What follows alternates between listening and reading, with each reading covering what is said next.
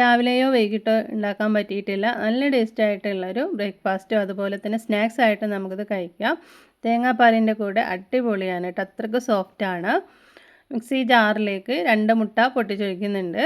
ഇതിലേക്ക് 1 കപ്പ് പാലും അതുപോലെ തന്നെ 2 ഏലക്കായും ആവശ്യത്തിന് ഉപ്പും 1 ടേബിൾ സ്പൂൺ പഞ്ചസാരയും ചേർത്ത് കൊടുക്കുന്നുണ്ട്. ഇനി ഇതിലേക്ക് 1 കപ്പ് മൈദയാണ്. ഇനി ഇത് നന്നായിട്ട് അടിച്ചെടുക്കാം.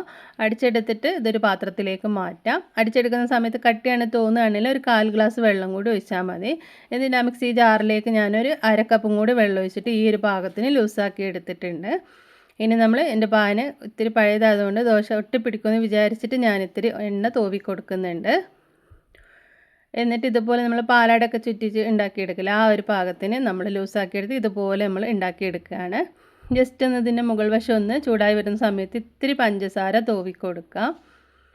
എന്നിട്ട് കുറച്ച് നെയ്യും കൂടി തേച്ച് കൊടുക്കുകയാണ് കേട്ടോ. എന്നിട്ട് ഇത് മറിച്ചിട്ട് വേവിക്കുന്നില്ല, അങ്ങനെ വേവിക്കണമെന്നുണ്ടെങ്കിൽ വേവിക്കാം. പക്ഷേ ഇങ്ങനെയാണ് നമ്മളിത് ചുട്ടെടുക്കുന്നത്. നല്ല സോഫ്റ്റായിട്ടാണ് കേട്ടോ ഈ ഒരു ദോശ.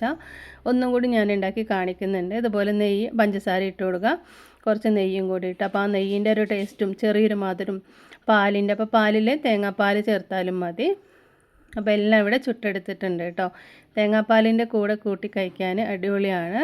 അപ്പോൾ പെട്ടെന്ന് ഉണ്ടാക്കി എടുക്കുക, നല്ല ടേസ്റ്റാണ്. എല്ലാവരും ഒന്ന് ഉണ്ടാക്കി നോക്കണേ. നമ്മൾ ഒരുപാട് ലൂസിൽ ആക്കി എടുക്കുകയും ചെയ്യരുത്, അങ്ങനെ ആകുമ്പോൾ നമുക്ക് ദോശ ചുട്ടെടുക്കാൻ പറ്റില്ല. 1 കപ്പ് മൈദ വെച്ചിട്ട് എളുപ്പത്തിൽ ഉണ്ടാക്കിയെടുത്തിട്ടുള്ള ഒരു ബ്രേക്ക്ഫാസ്റ്റ് നിങ്ങൾക്ക് ഇഷ്ടമായിട്ടുണ്ടെങ്കിൽ ഇതുപോലെ ഒന്ന് ട്രൈ ചെയ്ത് നോക്കാനും നിങ്ങളുടെ അഭിപ്രായം കമൻറ്റായിട്ട് അറിയിക്കാനും മറക്കരുത് കേട്ടോ.